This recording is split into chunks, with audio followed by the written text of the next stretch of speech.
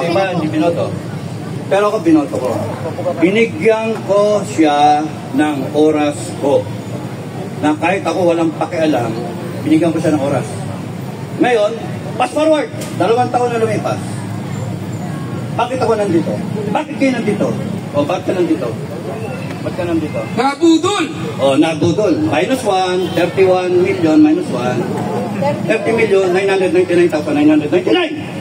Minus 1, 39,999,990. Ba't kayo nandito? Marcos Alex dyan! Ikaw, wag naman. Yan mo na. Wag naman. Galit yun. Baka altipresyon. Ngayon, ba't tayo nandito? Ba't ako nandito? Gusto ko i-share sa inyo. Kami, mga ng grupo ko, kaya kami nandito. Kasi gusto namin humingi ng oras sa kanya. Binigyan ko siya ng oras, binigyan natin siya lahat ng oras. BBM, bigyan mo ng oras ang taong bayan. 2 taon na lumipas. Masama ba yung magbigay ka ng oras para sa taong bayan? We are seeking redress. We are seeking redress for our grievances. We are seeking answers. Para masira yung speaker. We are seeking answers for whatever na kayo nararamdaman ninyo. Mataas ang bilihin. Yung bigas na pangako. Sandama ka ng pangako bino, may babahay. Nagawa ba? Hindi.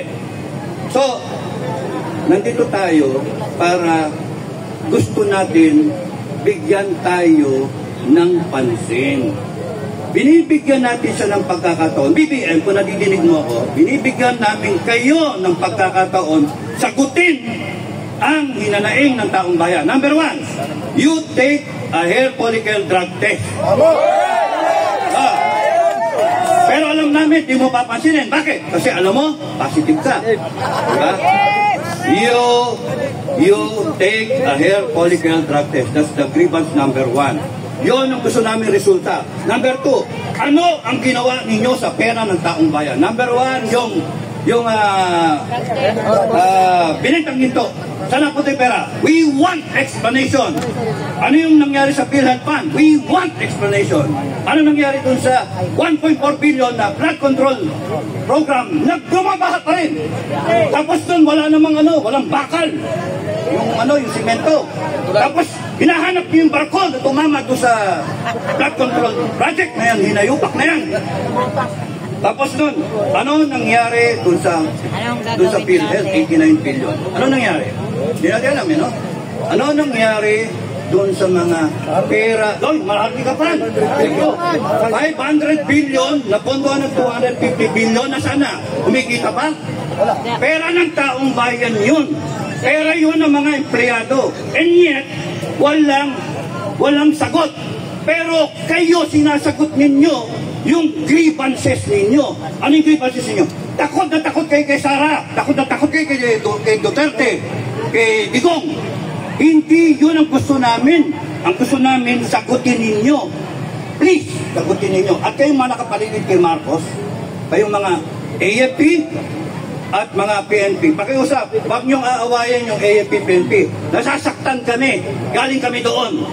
May mga kasama kami ng ex-PNP, may kasama kaming mga ex-military. No? Hayaan nyo lang sila. Bakit? May trabaho silang ginagampanan, mas malaki ang problema nila. Kung hindi sila tutugon sa hinanaing ng taong bayan, tayo ang tutugon sa hinanaing natin. Tayo. Wala nang iba. Tayo. Tayo ang hihingi sa tulong sa sarili natin. Kung hindi sasagutin ng gobyerno ang problema ng taong bayan, tayo ang tutugon. Tayo ang sasagot. Why? Because we are above everyone. We have the sovereign will. Tayo yung pinakamatas. Ito lang yung konstitusyon. Ito lang. Tayo. Ito. We, the sovereign Filipino people, imploring the aid of Almighty God in order to establish a democratic and just society. Just society that shall, and a government that shall embody our ideals. Ideal ba yung mag-group tayo? Hindi!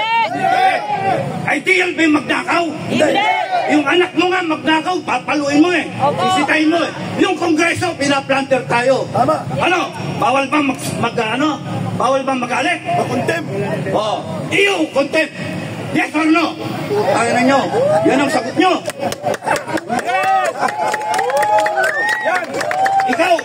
Ikaw, kilala mo kung sino ka, convicted ka, nagko-contempt ka ng tao. Correct. Hanip ka. Kriminal. Baka mawalan ako ng boses ha. Correct. Ikaw. May bukas pa, sir. May bukas pa. Ikaw. Oh. Convicted ka, criminal. Anong ginagawa mo dyan? Di ba? May bukas ka rin. Oh. Kaya nga, hindi dapat na inaapi. And now, what you're trying to do, after the people are saying lahat ng grievances nila, binabaliktad din yung konstitusyon. Ginagamit yung konstitusyon laban sa amin. Tama ba yun? Mali! Mali! Patangin na nasagot nyo. Mali! We, the sovereign Filipino people, do ordain and promulgate this constitution. Correct. Batas natin yun, kaya hindi kahit sinong Supreme Court, kahit sinong lawyer na hindi naintindihan yan, talaga, sorry, hindi nyo naintindihan. We, the sovereign Filipino people, tayo ang masusunod. We, the sovereign Filipino people, walang Pilipinas kung walang taong bayan. Walang gobyerno ng Pilipinas kung walang taong bayan. Walang konstitusyon, wala yung taong bayan.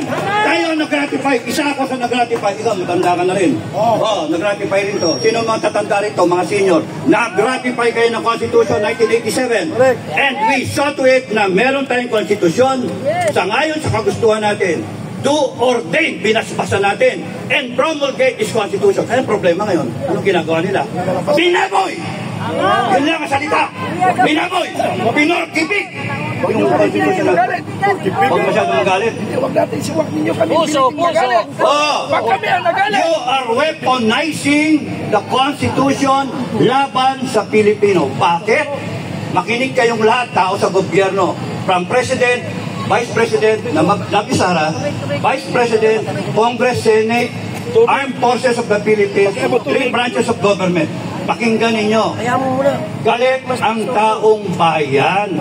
Napakahirap pag-intindihin nun. Galit ang taong bayan. Ako galit na eh. Matagal ako magpasensya. Kaya ba high tolerance for pain? Hindi na, okay lang. Hiwa-hiwain nyo ko, tatawanan ko lang yun. Patakan nyo ng kalamansi at asin, tatawanan ko lang yun. Tanggalin nyo yung kuko ko, okay lang sa akin yun. Kuryentin nyo ko, okay lang sa akin yun. Dinaanan namin sa akademiyan. No? Uso paising nun eh. Kaya, pag kami nagre-reklamo na, ibig sabihin, matindi na ang galit ng taong bayan. Matindi na ang hinaing ng taong bayan. Huwag nyo kami pilitin magalit. Kaya pag kami nagalit, huwag na nating paabutin ito na kami mismo, BBM, makinig kayo down the line. Huwag nyo nang paabutin na kami mismo magdedeklara ng People's Court. Naintindihan nyo yung sinasabi ko? People's Court. Kami mismo ang lilitis sa inyo. Kami mismo.